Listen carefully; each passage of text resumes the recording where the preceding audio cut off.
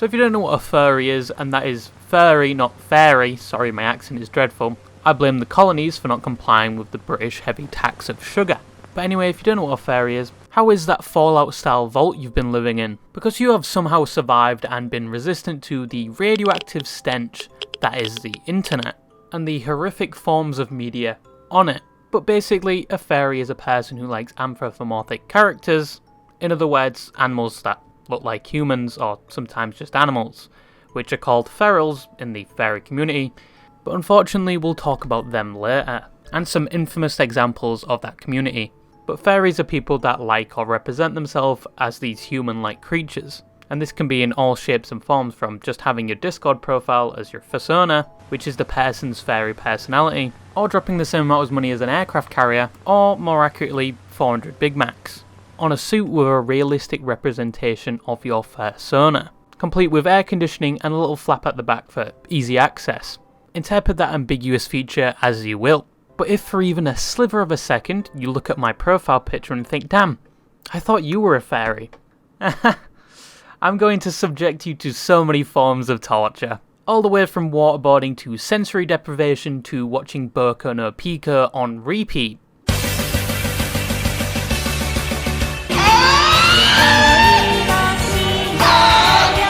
And if you thought the latter punishment wasn't really a punishment, please book an appointment with a therapist or a police officer. But it's just a bird, just a cute little bird I found, which most people thought was the tip of a penis for a full year.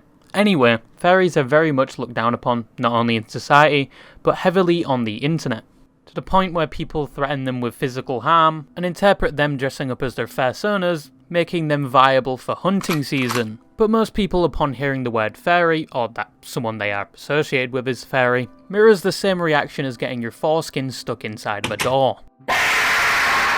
I'm sorry for those Americans out there that got theirs taken away at birth, but all I can say is, you shouldn't have put our tea at the bottom of the ocean. But I think hating fairies is very over-exaggerated to the point where people don't know why they hate them. And people will generally not talk to you or associate themselves with you at all upon hearing you are a fairy, and instead will yell abuse and the classical statement of, you love to shag animals, which means every Welsh person from Wales right now can be identified as a fairy. If you know, you know. But genuinely, why do people hate fairies? Well, to do that, we need to deep dive into the community. Take this hazmat and this butt plug. We don't know what could happen. Well, the fairy community is broken up into multiple other smaller communities, all based on the type of furry they are. Firstly, we have the normal fairies that are just anthropomorphic characters. The protogens, which is like the transformer fairies, usually a persona of a robot. There are fairies that are only fairies because of certain types of media like Sonic. And then we have the Jeffrey Dahmer of all the fairies, which in general has set the reputation for all fairies because of their terrible track record, and that is the ferals. Not the feral ghouls from Fallout, but that would make more sense. Now, ferals are fairies that see their persona as an actual animal, not animals that look like humans, or transformers with a micro USB port near their asshole. A very small percentage of the ferals actually see their persona in a sexual way, which apparently is an actual animal. Now, if you ever watched Space Jam and thought Lola Bunny was kinda hot, or you ever watched Lion King and thought Nala was kind of a baddie, I'm sorry to tell you this, like you've just been diagnosed with a terminal illness, you might actually be one of them. It's not all ferals that are bad ferals. Some just see their persona as an actual animal and leave it at that. Some of the mentally ill actually think they are their persona and act like the animal. And some of the terminally mentally ill want to, enter the mine shaft of the animal. But once again, the perception that all fairies are like this and that all fairies go to the zoo like it's a strip show is a misconception because it's a very minuscule part of the community that even the community hates, and either shuns them or, like your parents, disowns them. But because of survival bias, which I mentioned in my previous video, you notice more of the bad fairies than you do the good fairies. At the most extreme part of the community, some of the fairies just want to see their anthropomorphic character being railed. And I guess if it isn't an actual animal, or a feral as they call them, I'm just going to chalk that up as to each their own. I don't like feet or vor, or thankfully whatever Pyrocynical's into. And then, oh fuck, okay. Oh, I didn't know I had that mod on! I'll still watch his videos though, and say people have different interests when it comes to that sort of thing. I'm guessing at least one of you likes to be choked and dressed as Krusty the Clown. And yes, if you're looking from the outside, some of the community can be seen as kind of cringe. Like this video that went around for a while. All the single furries, all the single furries. Now, if you're in the furry community, you might just think that's funny or just ironic and not take it seriously at all, but everyone on the outside kind of did. Then you have fair cons, which cost a lot of money and make a lot of money. Then you expect, I swear, most fairies are either oil princes or extremely in debt with how much they spend on fairy merchandise and memorabilia. Which is why if you're an artist, you should drop all of your morals right now and start drawing fairy NSFW art. I'm joking, that is a rocky path towards Arkham Asylum. But if you remove all sexual connotations you have in your mind about the fairy community, then how is it different than an anime convention? They both have people dressing up as characters, and both have attendees that do not wear deodorant and smell like shit. Let that simmer in that little noodle of yours for a bit. What I'm trying to say is if you view a community by their worst participants, then communities like My Academia or even Minecraft look pretty terrible. Even though most people in the fairy community reject these absolute degenerates. But now for the part of the video you're actually going to hate, we're going to look at some examples of terrible fairies in the fairy community. And some of the fairies that have tarnished the reputation of the fairy community. First is the infamous fairy carpet sample. And if you have heard this story, I feel sorry for you and you actually need to be baptized by a priest as soon as possible. This fairy unironically reminds me of someone straight out of FNAF, like Springtrap Freddy looking ass. This person is known throughout the community because of their fursuit, which is very unique because it's a combination of stuffed animals that he's skinned and Frankenstein together to make a fursuit. Thus the name carpet sample, because it looks like he's sewed a bunch of carpets together. And if you looked at it, it'd probably look like a unique idea. But if you knew the context behind it, your face would drop like you were having a stroke. And that's because this fursuit stinks worse than parmesan under your foreskin. Once again, sorry if you don't have foreskin. You absolute loser. But this fursuit radiates an absolute pungent, foul smell. Oh, brother, this guy stinks! And that's because some of the fabric used on it has body fluid on it. And also stains on the patches of stuffed animals he skinned like John Marston. Well, you'll be happy to know, before he skinned those stuffed animals, he entered and splooged all over them. Yes, he's technically wearing his own semen. His fursuit is a gravesite to his non-conceived children, and he has made it his personal goal that any stuffed animal in his proximity has lost their non-existent virginity. And after deflowering them and giving them the money shot, skinned them and sewn them into a fursuit with an aura around it similar to mustard gas. Carpet Sample on their blog identifies themselves as a plushophile. Yes, they admit that any plushie in their proximity is at risk of getting a cream filling. Which means my Viva Pinata collection is going under maximum security. And he also admitted he takes commissions for YIF art. YIFing is basically fairy terminology for two fairies getting it on. And this motherfucker is the second coming of Picasso apparently. Picasso, if he was blind and both of his hands were chopped off, and even with the little nubs only had crayons to draw with. Even worse, apparently he's in his 60s, which isn't so much of a problem, except for the fact he still fills plushies at that age, and I expect people of that age to be wiser and not use plushies like their cum socks. In addition, he's been known to make people in the fairy community extremely uncomfortable. Especially at conventions where apparently he just sits next to people with that stench and starts speaking about how he made his fursuit. Unprompted and not even asked for, he is a professional yapper. And I don't know how to say this, but he's also known for sexual harassment. Now you're thinking of him sexually harassing an actual person. No, he's known for doing it to dogs. Where at one of his conventions he was in an elevator with a person with an assistance dog and made uncomfortable advances towards the person's dog.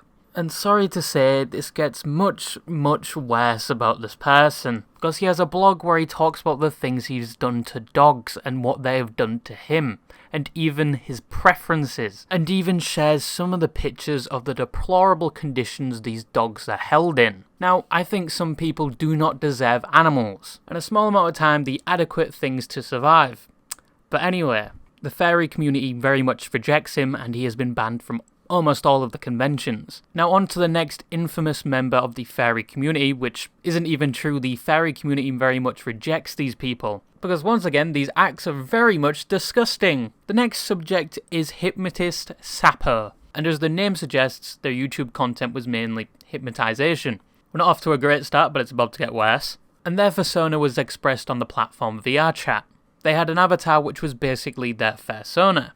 Now, VRChat doesn't have the best reputation, as you'd have known from one of my previous videos, but I'm very familiar with VRChat and I know of the existence of the furry community on the platform. And to be honest, they aren't so bad. It is just the 1%, as always, which makes it terrible. And because of people like Sappho on the VRChat platform, furries are very much targeted to the point where they either get singled out in a public lobby and abused without even mentioning a word, or they get vote kicked from the lobby, or they even have their game purposely crashed. And once again, this is without even uttering a word. Now, what has Sappho done? Well, there's about a fucking laundry list load, all of which probably go against the Geneva Convention, and is probably enough to perplex anyone reading them. But things were going well for Sappho, till they thought the entire internet was about to be on their ass, because one of their mods was going to expose them, and already did before they made this video, and Sappho must have had a crystal ball because the internet did jump on them, for the right reason, and treat them like a public spittoon. Not splatoon, spittoon. You know that thing you go into? Jesus, these zoomer brains. But they made a video before anyone else could, and I'm about to douse you with cold water straight from the Antarctic with how much of a shock this response video would give. And they have taken the video down, but obviously there are re-uploads with how much excruciatingly painful things were said in this video. Because one of the things they wanted to get out before any other commentary channel, I guess, made a video, I'm included, was that they have a preference for their partners to be German Shepherds. Now you're thinking, after what I previously explained, you mean their persona should look like a German Shepherd, right? Right? I don't know how to let you down about this, buddy, but I'm talking about the actual dog. I am a zoophile. I do not have a thing for humans. I am more attracted to dogs like German Shepherds. Shut the fuck up. And they even format the video like it's really hard to come out that they're a zoophile.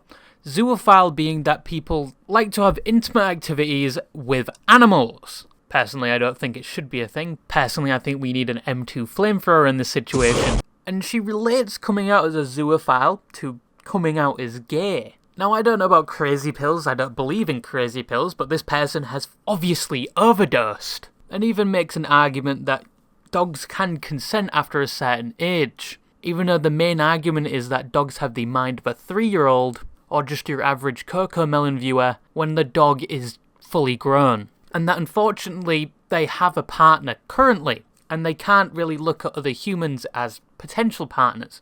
Which means we need a Rainbow Six Siege hostage extraction mission just to get that dog out of there. And to back up their opinion, they get one of their friends which have come out to their parents about, being a zoophile, and their parents apparently accepted it. Don't know what universe that's in. Probably the Marvel universe where Spider-Man dies of cancer, because I don't think any responsible parent would be okay with their son or daughter having relations with the family dog. But it gets even worse because they have hinted they may be into kids. But where is Sappho in this present day? Well, they would go radio silent for a while, but then do an interview on Brandon FM's channel, by basically saying they had a very harsh upbringing, and had very terrible events happen to them. And as Clapped Seal said in his video, they display it as they've had a terrible life, but they're trying to put the spin on it where they're actually trying to do good despite their upbringing. Formulate your own opinions on that, but all I'm going to say is womp womp. But to this day, they are still clinically online, and are still trying to get in contact with minors. And in some cases have succeeded. Because they go into the situations coming out as this character who is a very caring mother. I'm going to subject you to some audio now. I'm just going to apologise beforehand for the mental trauma I'm about to put in your head. And like you said, since I am satanic mama, that kind of implies something. But that's all I have to say about the cases of the furry community that are really bad. And it's because people like this, people look at the furry community with disgust. Now, to tell the truth and put myself on the podium for execution, in previous years I have thought the same about the furry community. But as the years went along, I've learned it's just key individuals part of the community that even though the community itself rejects, still from the outside looking in seem to represent the community. What I'm trying to say is, not all furries are like this. Some of them generally just have their own interests, and have no interest in harming any animals or any other people displaying their interests. But some terribly, terribly rotten eggs have made it a terrible hellscape for the normal participants of this community to even have this interest. But do check out Clapped Seal's videos, I got a majority of the information about the infamous people of this community from his videos. And with all that said, bye bye.